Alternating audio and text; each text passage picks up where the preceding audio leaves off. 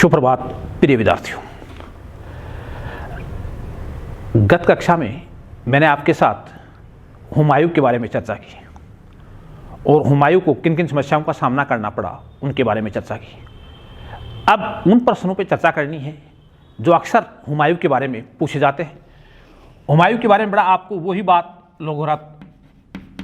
लघुरात्मक प्रश्न पूछा जाता है, यहाँ से भी कोई बड़ा प्रश्न नहीं पूछा जाता। यहाँ से कोई बड़ा प्रश्न नहीं पूछा जाता। एक तो हुमायूं के बहादुर शाह के साथ संबंध, बहादुर शाह के साथ संबंध पूछे जाते हैं, और या हुमायूं के संबंध शेर शाह के साथ पूछे जाते हैं। लघुरात्मक प्रश्न में आपको इन दो में से ही प्रश्न पूछे जाते हैं। पहला क्या था? हुमायूं और गुजरात या हुमायूं और बहादुर शाह के संबंध। बहादुर शाह उस समय गुजरात का शासक था। वह महत्वाकांक्षी और साम्राज्यवादी मनोवर्ती का था। परिणाम क्या हुआ? वह अपने राज्य का विस्तार करता जा रहा था।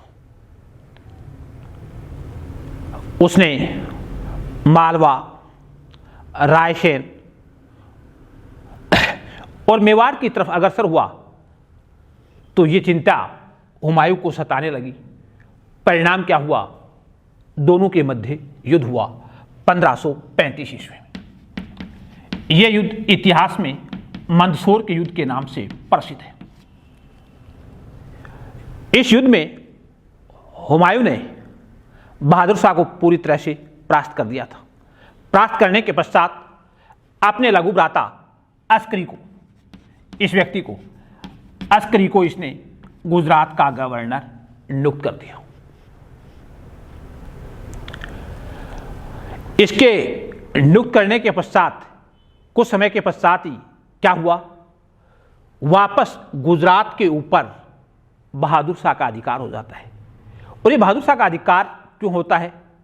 हुमायूं वहां सुचारू रूप से शासन व्यवस्था स्थापित नहीं कर पाता है।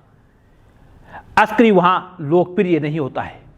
बहादुर शाह गुजरात की जनता में लोकप्रिय होता है और परिणाम स्वरूप छोटी छोटी खामियों के कारण अगले ही वर्ष इमादुल मुल्क की सहायता से बहादुर शाह पुनः गुजरात पर अधिकार कर लेता है।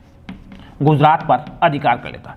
पहला तो यह है कि हुमायूं और बहादुर शाह के संबंधों का मूल्यांकन कीजिए। यह छोटा सा 5 नंबर का प्रश्न आपसे पूछता है। कितने नंबर का? 5 नंबर का। यहां है क्या? बहादुर शाह क्या होता है? आपको लिखना क्या है?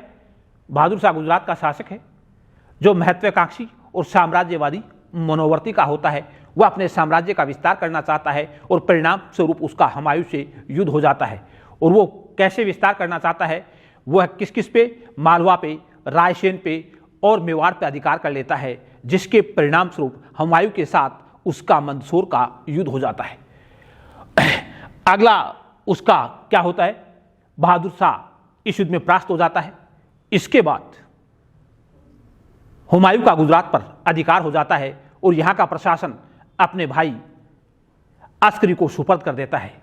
लेकिन अस्करी की अलोकप्रियता, शासन को सुदृढ़ रूप से स्थापित न करने के कारण और वहां की आर्थिक स्थिति खराब होने के कारण और बहादुर शाह की लोकप्रियता के कारण इमादुल मुल्क के सहयोग से बहादुर शाह अगले ही वर्ष गुजरात पर पुनः अधिकार कर लेता है। अगला ये महत्वपूर्ण है, हुमायूं और शेर शाह।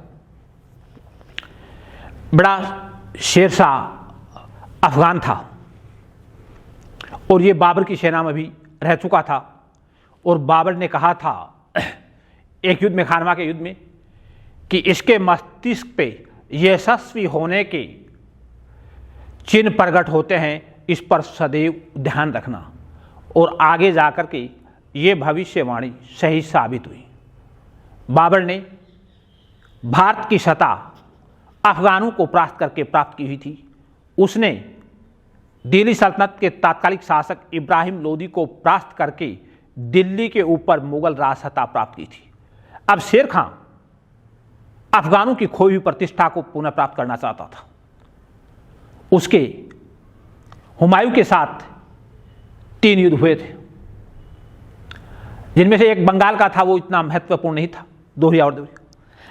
अगले दो महत्वपूर्ण युद्ध थे जो शेर शाह के साथ, वह हुमायूं और शेर शाह के मध्य होता है। और ये दो युद्ध कौन कौन से थे? एक युद्ध का नाम था बेटा चौसा का युद्ध। यह युद्ध 26 जून 1539 को हुमायूं, इनके बीच हुआ था बेटा, हुमायूं और दूसरी तरफ इसकी तरफ से इसके दो सेनापति थे, ख्वास खां और जलाल खां। ख्वास खां और जलाल खां ने इस युद्ध में भाग लिया, जिसमें हुमायूं की पराजय हुई। परिणाम क्या हुआ? इस युद्ध के बाद शेर खां था, उसने शेर शाह की उपाधि धारण कर ली और बंगाल और बिहार का वास्तविक स्वामी बन गया था। इस प्रकार उसने बंगाल और बिहार से मुगलों को निष्कासित कर दिया। अगले ही वर्ष दूसरा युद्ध हुआ। यह युद्ध बड़ा इतिहास में दो नामों से प्रसिद्ध है। बिलग्राम का युद्ध, बिलग्राम का युद्ध भी इसे कहते हैं और कन्नौज का युद्ध भी इसे ही कहते हैं। यह युद्ध 15 मई 1540 को हुमायूं और शेर खां के मध्य हुआ। इस युद्ध में भी हुमायूं की पराजय हुई थी। और परिणाम क्या हुआ? इस युद्ध के बाद हुमायूं को हिंदुस्तान छोड़ने के लिए विवश हुआ। अब शेर शाह बिहार और बंगाल से दिल्ली और आगरा का स्वामी बन गया और भारत की राज सत्ता उसके हाथों में आ गई और हुमायूं को हिंदुस्तान छोड़ने के लिए विवश होना पड़ा। परिणाम क्या हुआ? यह हिंदुस्तान छोड़ करके जा रहा था। तब मारवाड़ के एक शासक थे मालदेव, इन्होंने इसे सहायता देने का आश्वासन दिया था। उस समय इन्होंने मालदेव पर विश्वास नहीं किया और जब इन्होंने सहायता चाही तब मालदेव ने इसकी सहायता देने से इनकार कर दिया था, क्योंकि उस समय दिल्ली की गद्दी पर शेर शाह के पांव स्थायी रूप से जम चुके थे। कई बार यह प्रश्न भी पूछ लेता है कि राजस्थान की उन दो घटनाओं के नाम बताइए जिनका संबंध हुमायूं से। ये दो बार हुमायूं से सहायता प्राप्त करने का प्रयास किया, किंतु दोनों ही बार हुमायूं इन स्थितियों का सही अनुमान नहीं लगा सका। पहली बार मेवाड़ की रानी कर्णावती ने हुमायूं को राखी भेज करके अपना भ्राता बनाया था और बहादुर शाह के विरुद्ध उससे सहायता की याचना की थी। लेकिन बहादुर शाह ने चतुराई से निर्णय किया कि जब तक कोई युद्ध चल रहा हो, मुस्लिम परंपरा के अनुसार दूसरा शासक उसमें हस्तक्षेप नहीं कर सकता। परिणाम यह हुआ कि जब तक उसने चित्तौड़ को परास्त कर दिया था तब जाकर के उसने सहायता देने का आश्वासन दिया, उससे कोई फर्क पड़ने वाला नहीं था। वो सहायता करना चाहता था लेकिन सहायता नहीं कर पाया। वहां बहादुर शाह ने युद्ध के नियमों का हवाला दे दिया कि एक शासक दूसरे पर आक्रमण करता है तो तीसरे को हस्तक्षेप नहीं करना चाहिए। यही उसके बारे में पूछता है कि मारवाड़ का वह कौन सा शासक था जिसने हुमायूं को सहायता देने का आश्वासन दिया? जिस समय सहायता देना चाहता था उस समय उसने ली नहीं और परिवर्तित परिस्थितियों में उसने सहायता देने से इनकार कर दिया था। उसका नाम बेटा मारवाड़ का मालदेव था। इसके बाद हुमायूं हिंदुस्तान से चला जाता है और ईरान का शासक शाह तहमास्प होता बड़ा। ईरान का शासक सहता आपसे कई बार प्रश्न पूछ लेता है कि बिलग्राम के युद्ध के पश्चात हुमायूं हिंदुस्तान छोड़ करके कहाँ चला गया था? वह ईरान चला गया था बड़ा। यहाँ चला जाता है और यहाँ का शासक शाह तहमास्प होता है। शाह तहमास्प होता है, उसके पास हुमायूं जाता है और वो हुमायूं के ऊपर दो शर्तें लगा देता है कि हम आपको दो शर्त लगा देता है कि दो शर्तों के आधार पर हम आपको ईरान में शरण देना स्वीकार कर लेते हैं। ये दो शर्त ये है कि एक, आप अपना धर्म परिवर्तित कर लें, आप शिया धर्म स्वीकार कर लें, और दूसरा आपको 14,000 सैनिक दिए जाएंगे, उसके बदले हमें कंधार विजित करके दे दें। हुमायूं ने दोनों शर्तें स्वीकार कर ली। उसने शिया धर्म भी स्वीकार कर लिया और 14,000 सैनिकों के साथ कंधार विजित करके देने का वायदा भी ईरान के शासक शाह तहमास्प से कर लिया था। किंतु परिस्थितियों में बदलाव आया। ईरान के शासक शाह तहमास्प की मृत्यु हो गई और इधर भारत में शेर खां की मृत्यु हो गई थी। परिस्थितियां उसके अनुकूल हुई और उसने 2 युद्धों के माध्यम से हिंदुस्तान की राजसत्ता पुनः प्राप्त कर ली थी। और ये युद्ध कौन से थे? मच्छीवाड़ा और सरहिंद के युद्ध। आपसे पूछता है कि हुमायूं ने किन 2 युद्धों के पश्चात भारत की राजसत्ता पुनः प्राप्त कर ली थी? वह कौन से थे? मच्छीवाड़ा और सरहिंद का युद्ध।